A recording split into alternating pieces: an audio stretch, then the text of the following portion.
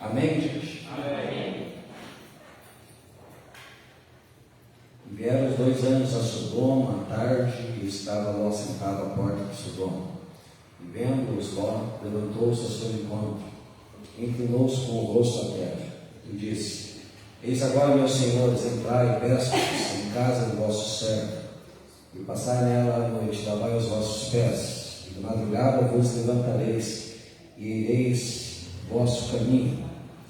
E eles disseram: Não antes na rua passaremos a noite.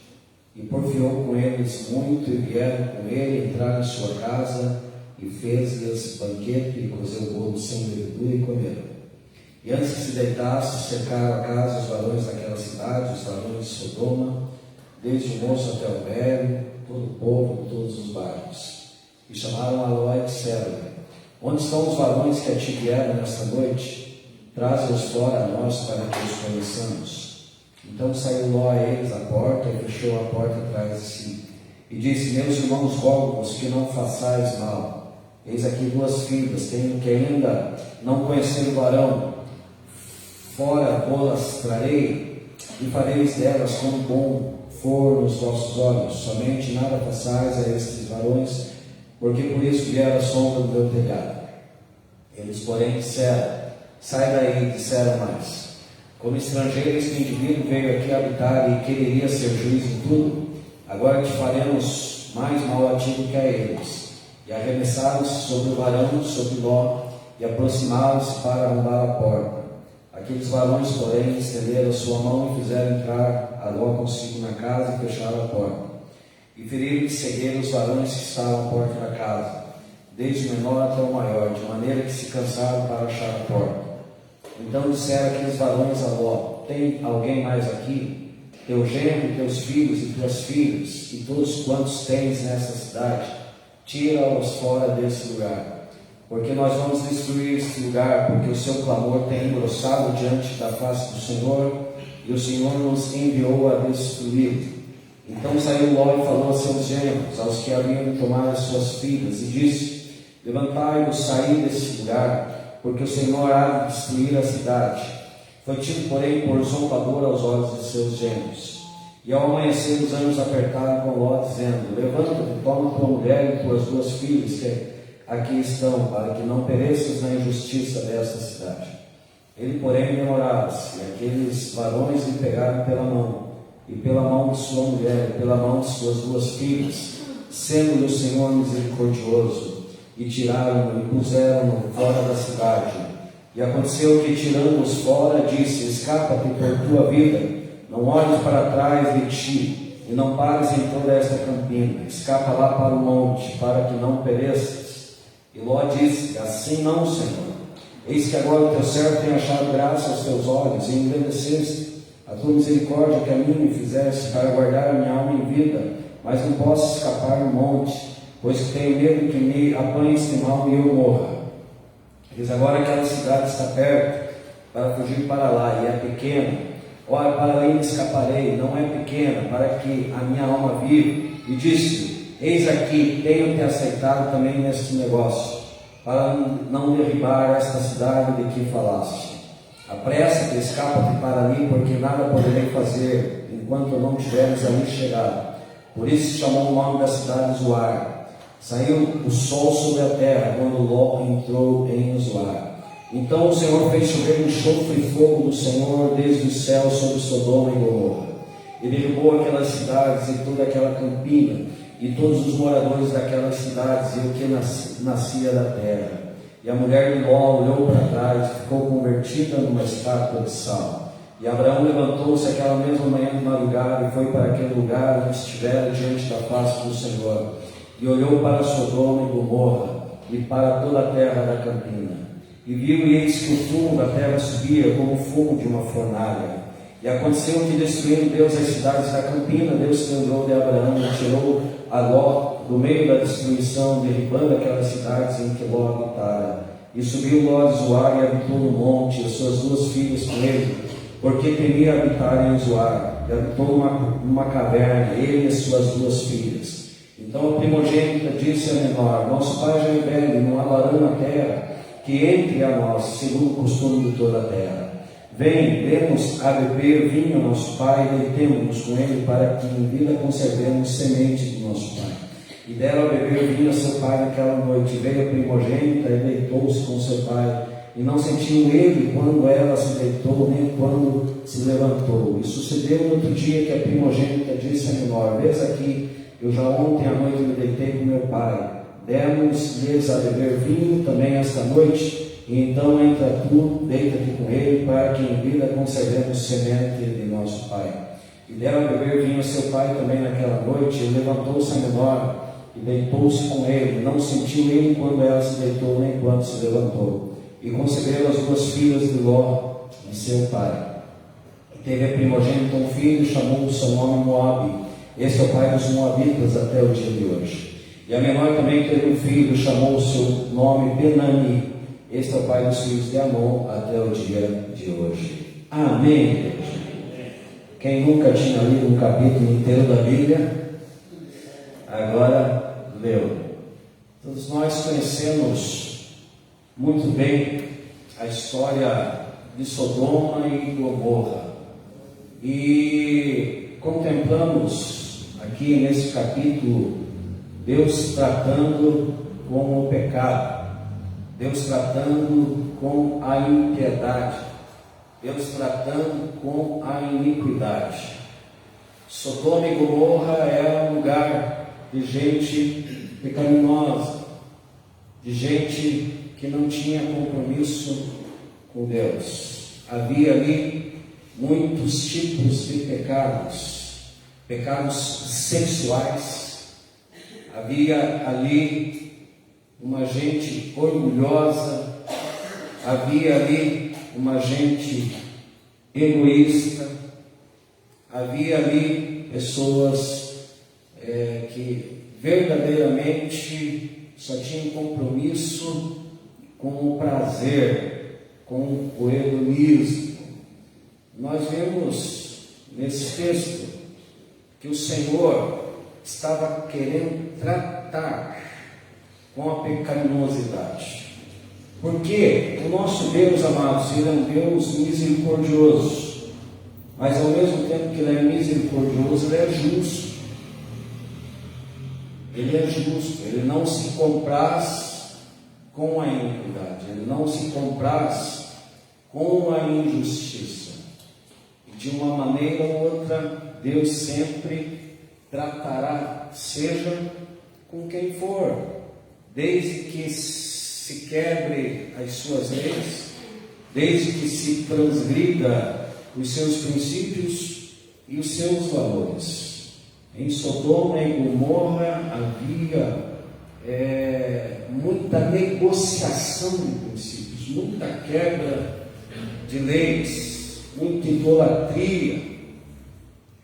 E, gente, aquilo que eu falei no estudo de manhã, nós, como povo de Deus, permanentemente nós devemos meditarmos em Gálatas, capítulo 6, onde no versículo 7 está escrito lá que Deus não se deixa escarnecer.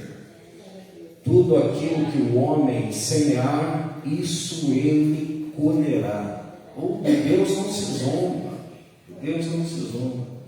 Tudo aquilo que o homem semear, isso ele colherá. Aquele que semeia na carne, da carne colherá corrupção. Mas aquele que semeia no Espírito, do Espírito ceifará a vida eterna. E não nos cansemos de fazer o bem, porque ao seu tempo ceifaremos se não houvermos desfalecido. Então, a nossa missão tem que ser uma inclinação ao bem, a amar aquilo que Deus ama e aborrecer aquilo que Deus aborrece. E o quanto mais nós nos inclinarmos ao Espírito, mais nós seremos abençoados e evitaremos o tratamento de Deus. Olha, gente, amanhã nós vamos começar aqui 7 dias de busca, 7 dias de oração. E o texto aqui que nós lemos fala que o clamor de Sodoma e Gomorra estavam subindo perante o Senhor. Mas um clamor mau, horrendo, maligno, enojando o coração de Deus, causando repulsa no Senhor. No entanto, o próprio Deus enviou o tratamento. Interessante que no capítulo anterior, Abraão, sabendo que os anjos foram até lá, com aquela missão de destruição, como mensageiros do Senhor, Abraão começou a negociar com Deus. Mas Deus, se houver 50 justos naquela cidade, o Senhor poupa. Se houver 50, ok, não havia. Se houver 45, Senhor, se houver 45, eu poupo. Não havia. Se houver 40, Senhor, e Abraão foi pedir perdão para Deus e negociando com Deus. Se houver 40 justos, Senhor, não havia. Se houver 30 justos, Senhor, não havia. Se houver 20 justos, Senhor, não havia. Se houver 10 justos, Senhor, não havia. Mas quem o Senhor quis salvar? Gente, Ló, sua esposa, suas 2 filhas e, por incrível que pareça, 2 genros. Mas esses 2 genros, amados, não deram vazão à palavra de orientação de Ló. E quantas pessoas hoje ouvem a palavra, ouvem as recomendações, ouvem as mensagens vindas diretamente do trono da graça, mensagens de alerta, e continuam do mesmo tamanho, transgredindo as mesmas leis, cometendo os mesmos erros, negociando os mesmos princípios, sendo desobedientes aos mesmos valores. Aqueles genros acharam que Ló era um zombador, ou que Ló estava de conversa fiada, não deram credibilidade. Agora, queridos, qual foi o final deles? Morreram conjuntamente com toda aquela população de Sodoma e Gomorra. Mas eles foram alertados, eles foram avisados. Deus tem uma palavra de segurança para o seu povo. Deus tem uma palavra de alerta, de vigilância. Deus dá as diretrizes. É aquilo que eu vivo falando lá no jardim. Deus falou para aquele primeiro casal: no dia que vocês comerem, certamente morrereis. O que Deus empenhou ali, gente? A sua palavra. Mas como o diabo é o pai da mentira, ele chegou influenciando e dizendo assim: Deus falou certamente morrereis? Não, certamente não morrereis. Aí aqueles pobres coitados entraram na onda, foram seduzidos, ludibriados, foram tentados pelos seus próprios desejos, pelas suas próprias cobiças, pelas suas próprias concupiscências, acabaram cedendo e pagaram um preço alto. Inclusive nós estamos pagando o mesmo preço por conta disso. Mas nós, como povo de Deus, amados, sabendo que Deus é um Deus zeloso de sua palavra, e que ao pecador ele não tem como inocente, tudo aquilo que o homem semear, isso ele colherá. Nós devemos ter a sensatez de primarmos em fazermos as coisas certas e adequadas segundo o parecer de Deus e a vontade soberana dele. E é claro, amados, que não é fácil vivermos pelos princípios e valores estabelecidos pelo Senhor. Porque muitas vezes, amados, nós levamos só uma vida superficial, num sentido religioso. Levamos aquela vida religiosa e sem verdadeiramente ter um compromisso real com Deus e com a sua palavra. Podemos até ter compromisso com Deus. Eu creio em Deus, eu tenho fé em Deus, eu quero até viver para Deus, mas em relação à sua palavra, vive transmitindo, sendo desobediente na maioria das vezes, na maioria do tempo. Para começar, Jesus falou assim: quem quiser vir após mim, negue-se a si mesmo. Na verdade, quem está nessa plena disposição de, tendo essa consciência cristã, o tempo todo negar-se a si mesmo, para viver realmente a vontade de Deus. Porque é lógico, é óbvio que não é fácil negar-se a si mesmo. Quando você nega-se a si mesmo, você dá mais importância para o teu próximo do que para você. Então por aí já começa as dificuldades. Mas, gente, depois de sair de Sodoma e Gomorra, depois de sair de um lugar mau, de um lugar de pecado, de um lugar desagradável aos olhos do Senhor, como nós devemos agir, amados, sendo que Deus nos tirou também de um mundo mau, de um mundo jaz maligno, de um mundo de trevas. Como que nós devemos agir olhando para estes exemplos aqui desse texto? Só acompanhe comigo novamente, se você puder, no texto, a recomendação do anjo, ou dos anjos, no versículo 17.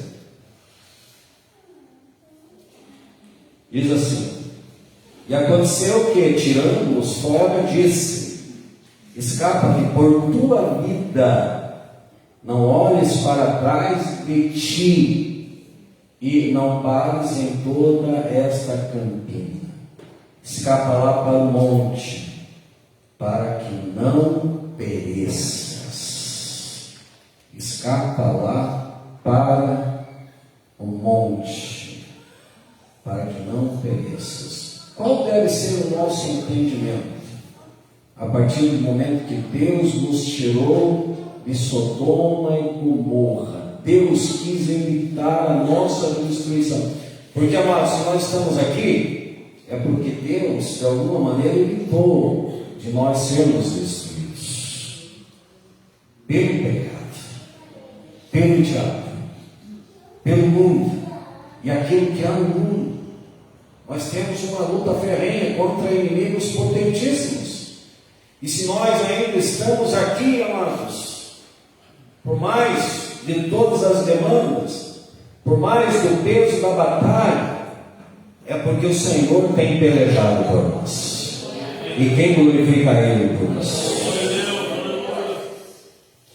Agora, amados, nós precisamos ter procedimentos adequados para que vivamos verdadeiramente aquilo que Deus quer que nós vivamos, não aquilo que nós queremos viver, segundo talvez o nosso próprio entendimento. Em primeiro lugar, é preciso que haja uma saída total de um lugar de iniquidade para um lugar onde Deus quer nos direcionar, e não para onde nós queremos ir, mas aonde Deus quer nos levar. Assim, amados, a recomendação seria que eles subissem ao monte, mas o Ló quis subir? Não. Achou que não iria sobreviver, amados. Mas nós como igreja, nós precisamos ter esta inteligência, esse entendimento de querer constantemente ter uma vida disponível, de maneira devocional, a querer subir no monte do Senhor todos os dias. Todos os dias. Amados, eu estava lendo a biografia de um homem de Deus chamado George Miller.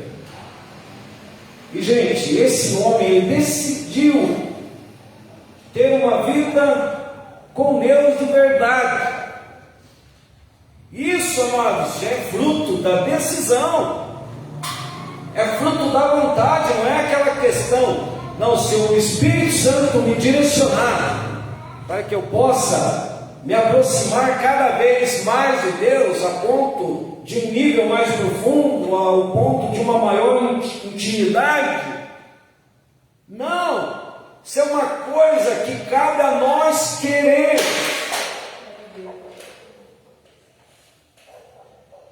É uma coisa que cabe a nós. Gente, o George Miller, ele leu a Bíblia mais de 200 vezes. Agora, o mais impressionante, 100 vezes de joelhos. Ele leu a Bíblia 100 vezes de joelhos. Agora, cá entre nós, gente, quem tem essa disponibilidade de subir ao monte do Senhor, tendo um momento interagindo com Ele por meio da leitura bíblica, ouvindo a sua voz, dizendo para Ele assim: fala, Deus, que o teu servo ouve. E você começa a ler e começa a ouvir a voz de Deus, e a partir do momento que você ouve, você quer colocar em prática. Gente, esse homem tinha tanta vida de oração, mas tanta vida de oração, que de 5 horas, ele falava assim: se eu orar 1 hora, em 4 horas, eu vou ser muito mais produtivo que se eu usar 5 horas sem ter um momento de oração. Gente, esse homem deu de comer muitas e muitas pessoas totalmente pela fé e pela dependência de Deus. Visto que ele estabeleceu ali orfanatos e tinha aquele compromisso real em dar pão para necessitados. Esse homem tinha tanta vida de oração que ele orou 52 anos pelos filhos de um amigo de infância dele, crendo que um dia Deus iria converter aqueles filhos, sem esmorecer. Gente, quantos anos esse homem orou por vida? 52 anos. E nós, será que nós estamos desistindo? Será que você já desistiu nessa motivação de colocar uma causa, alguém em oração, para uma plenitude, para uma real libertação? E aí, gente, segundo o que eu li, um deles, no dia em que ele morreu com 93 anos, no dia em que ele morreu, esse ficou sabendo e foi até o cemitério e falou assim: parem, esperem, não sepultem esse homem. Eu fiquei sabendo que ele orou mais de 50 anos por mim, e devido a isso, hoje eu estou entregando minha vida a Jesus Cristo. Fruto de oração. Mas ele quis subir ao monte do Senhor. Olha, gente, nós estamos com uma porta aberta, e eu glorifico ao Senhor porque a porta ainda está aberta, e nós podemos entrar diante do trono da graça pelo novo e vivo caminho que Jesus abriu através da sua entrega. Aleluia. Quando ele pagou o preço, o véu foi rasgado e nós temos livre acesso à presença do Pai. Gente, buscai o Senhor enquanto se pode achar, e invocai enquanto Ele está perto. Segundo Crônicas 7,14, que texto maravilhoso.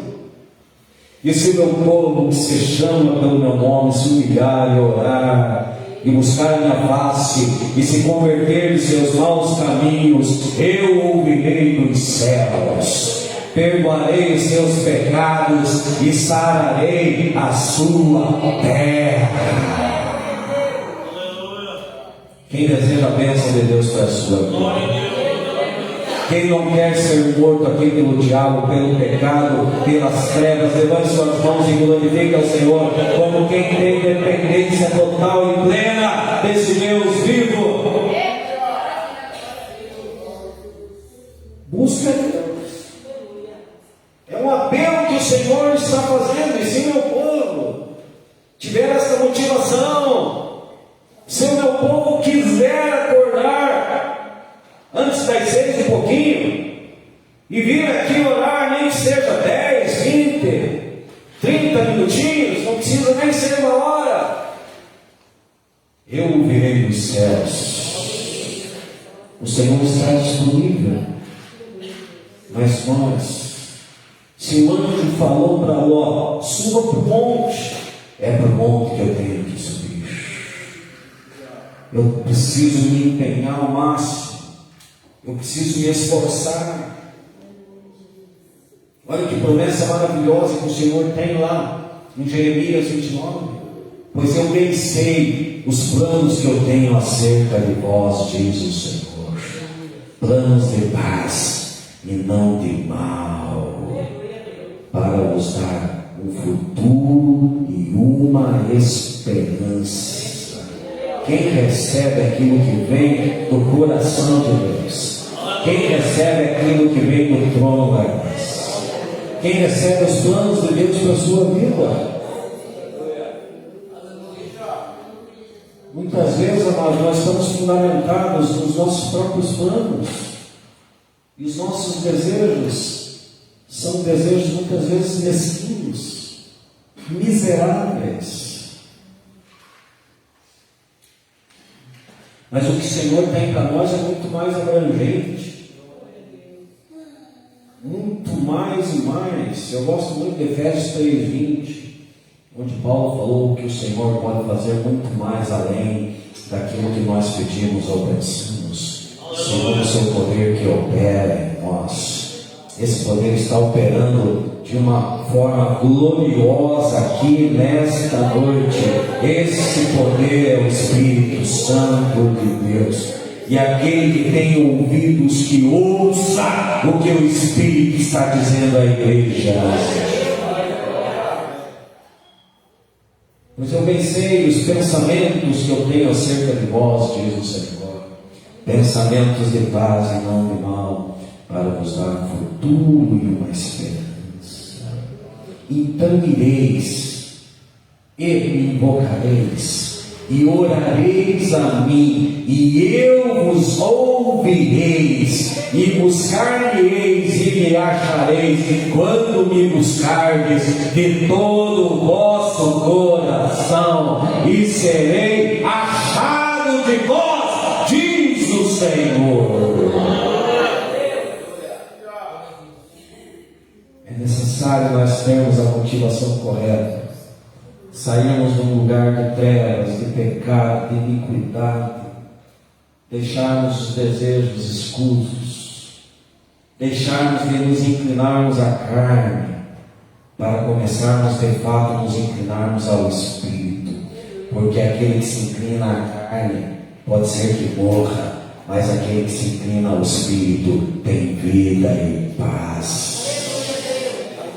Se for preciso enviar o anjo vai chegar, vai pegar na tua mão, vai dizer: vamos logo, vamos subir ao monte do Senhor, vamos até a presença dEle, porque na presença dEle tem vida com abundância.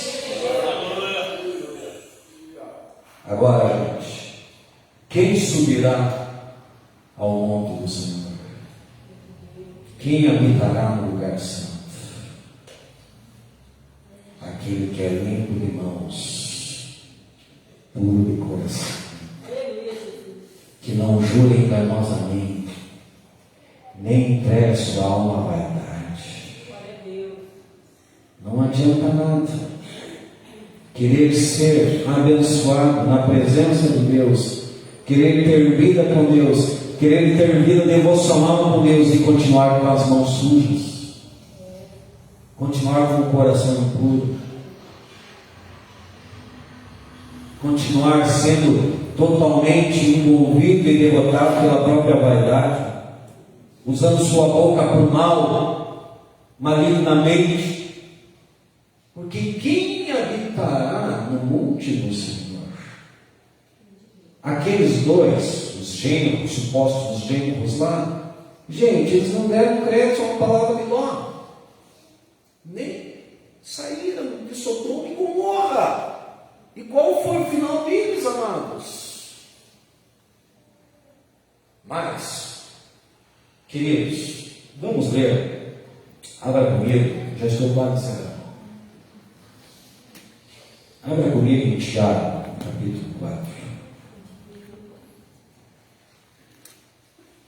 Tiago 4. Depois de Mateus. Tiago.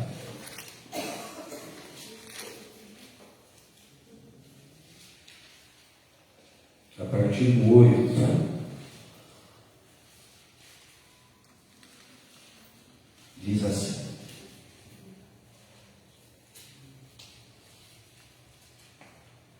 chegai-vos a Deus, e Ele se chegará a vós. Alimpai as mãos, pecadores, e vós, de duplo ânimo, purificai os corações. Mas quando nós estamos num culto como esse, nós podemos ter as nossas mãos limpas. E podemos também ter os nossos corações purificados. Quem deseja isso de coração? Tem que fazer parte, amados, da nossa vontade, do nosso querer. Em Êxodo ali, os sacerdotes, antes de entrar na presença de Deus, havia uma bacia de ouro com água, e eles tinham que, antes de entrar na presença de Deus, antes de oficiar, eles precisavam lavar as suas mãos e também os seus pés. Hoje não existe mais isso, não existe, mas o Espírito Santo pode nos purificar. E se nós estamos ainda com as nossas mãos sujas, gente, o Espírito Santo pode limpar as nossas mãos por meio da lavagem, da água, da palavra. E se nós ainda estamos com os nossos corações pesados, impuros, cheios de iniquidade, cheios de ódio, de ira, de rancor, de amargura, de malignidade, como fez Davi quando errou relevantemente com Batseba, inclinado e seduzido pelo seu próprio coração. Lá no Salmo 51:10, ele pediu para Deus: cria em mim, ó Deus, um coração puro e renova dentro de mim um espírito reto e inabalável. Somente quem está nessa disposição, levante a sua mão e faça esta oração comigo nessa noite. Crie em mim, ó Deus. Faça essa oração comigo, se você está nessa disposição. Crie em mim, ó Deus, um coração puro e renova dentro de mim um espírito inabalável. Chegai-vos a Deus e Ele se chegará a vós. Alimpai as mãos, pecadores, e vós de duplo ânimo purificai os corações. Senti as vossas misérias e lamentai e chorai. Converta-se o vosso riso em pranto e o vosso gozo em tristeza. Olha que maravilhoso isso aqui. Humilhai-vos perante o Senhor e Ele vos exaltará. Esse é o momento de nós nos humilharmos diante do Senhor. Irmãos, não faleis mal uns dos outros. Quem fala mal do irmão e julga seu irmão, fala mal da lei e julga a lei. E se tu julgas a lei, já não és observador da lei, mas juiz. Há só um legislador e um juiz que pode salvar e destruir. Tu, porém, quem és que julgas a outrem? Gente, Deus foi quem julgou Sodoma e Gomorra e condenou. Deus tratou como um justo juiz. Muitas vezes nós estamos caindo nesses erros em relação aos nossos próximos, de ferir, de criticar, falar mal. Quantas vezes abrimos nossa boca, usamos a nossa língua por mal, e quando nós nos deparamos com um texto como esse, é por isso, queridos, que o salmista Davi declarou lá no Salmo 24: quem subirá ao monte do Senhor? Quem habitará no lugar santo? Aquele que é limpo de mãos, puro de coração, que não entrega sua alma à vaidade, nem título da nossa mente. Procedimentos cristãos. Saímos de Sodoma e Gomorra, saímos de um lugar de trevas, saímos de um lugar de malignidade. Agora a vida é outra, os procedimentos são outros. Mas para encerrarmos esta palavra, como não houve obediência de Ló e das suas duas filhas, eles foram para uma caverna, quando na verdade eles deveriam subir um monte. Quantos cristãos hoje estão deixando de habitar no lugar santo, deixando de subir no monte, e estão presos às cavernas ainda, e estão precisando de libertação, só que não tem consciência em relação a isso. Mas o Senhor está falando nessa noite. Quando for para sair de Sodoma e Gomorra, tem que ir para um lugar onde Deus direcionar. Tem que ir para um lugar no centro da vontade de Deus, senão vai gerar transtorno. Não podemos olhar para trás como fez a mulher de Ló. Não. A nossa vida é daqui para frente, deixando as coisas que para trás ficam, avanço para as que estão diante de mim, disse o apóstolo Paulo. E ele sabia que ele estava correndo em direção ao prêmio da soberana vocação, e por isso ele lutou com unhas e dentes, com todo fervor, combatendo o bom combate, sofrendo as aflições como um bom soldado de Cristo. Se você foi mal aventurado devido a alguma coisa no passado, e isso ainda gera transtorno na tua vida, infortúnio, amargura, ódio, ira, falta de perdão, deixa tudo isso lá para trás e seja agora uma nova criatura em Cristo Jesus, como uma nova massa, tendo uma nova vida, indo para um lugar que não seja um lugar de insensatez. Se saiu de um lugar de morte, agora vai para um lugar de vida, porque o Senhor tem vida e não morte. A morte foi aniquilada, foi vencida. Se saiu de um lugar de maldição, vai agora para um lugar de santificação. Se saiu de um lugar de guerra, agora vai para um lugar de paz. Gente, Ló e suas duas filhas, já havia acontecido o transtorno da esposa. A esposa já tinha virado uma estátua de sal.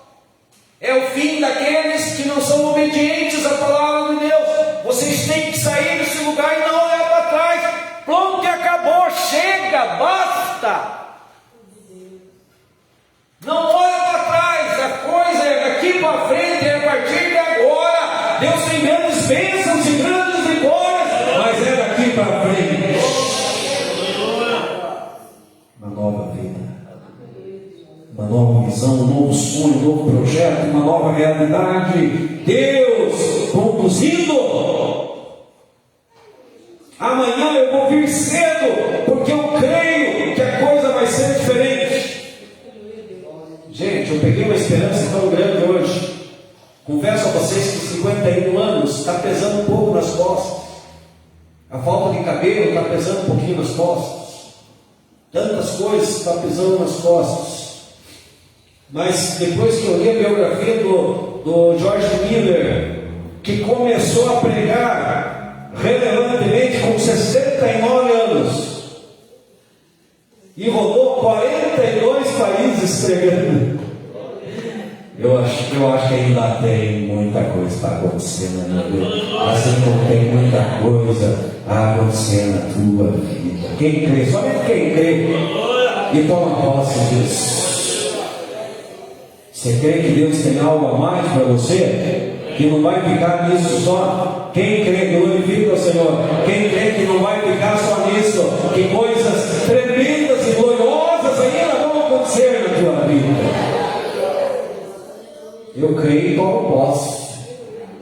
Eu tomo posse. E se o Senhor quiser me usar, que use-me para a glória do nome. Do jeito que Ele quiser, eu estou à disposição. Mas eu tenho que ir para aquele lugar no centro da vontade de Deus. Gente, eles não foram. E aí o que aconteceu? Na caverna, olha o projeto de iniquidade, de malignidade. A filha mais velha, olha, o nosso pai vai ficar sem descendência. Essa noite eu entro na presença dele e dou vinho para ele. Vamos deixar ele bêbado do ciclo. Aí eu vou, me deito com ele e amanhã repete-se a história. Amanhã nós damos vinho para ele, você vai se deita. E gente, da filha mais velha nasceu Moabe, o pai dos Moabitas, um povo que se tornou inimigo de Israel. Da filha mais nova nasceu Ben-Ami, o pai dos Amonitas, um outro povo inimigo de Israel, porque ficaram lá na caverna. Agora, Deus manda falar para mim e para você hoje: saia da caverna e suba ao monte. Saia do lugar de falta de entendimento e venha até a presença de Deus, porque coisas tremendas e gloriosas Deus vai fazer na minha e na tua vida. E a maldição vai ser aniquilada. E nós não vamos nos enveredarmos por caminhos maus, de tratamento de Deus, de fúria, de ira, mas nós seremos bem-aventurados, seremos os conquistadores desta terra. Eu estou nessa disposição. Jesus falou: aprendei de mim, que sou manso e humilde de coração, e assim encontrareis descanso para as vossas almas. Jesus estava dando a receita das conquistas. Aprendei de mim, que sou manso e humilde. Bem-aventurados os humildes, porque deles é o reino dos céus. Bem-aventurados os mansos, porque eles herdarão a terra. Onde estão os conquistadores que vão conquistar aquilo que Deus tem? E não abrem mão disso por nada, absolutamente nada. Então vamos deixar Sodoma e Gomorra nessa noite. Fique de pé no nome de Jesus.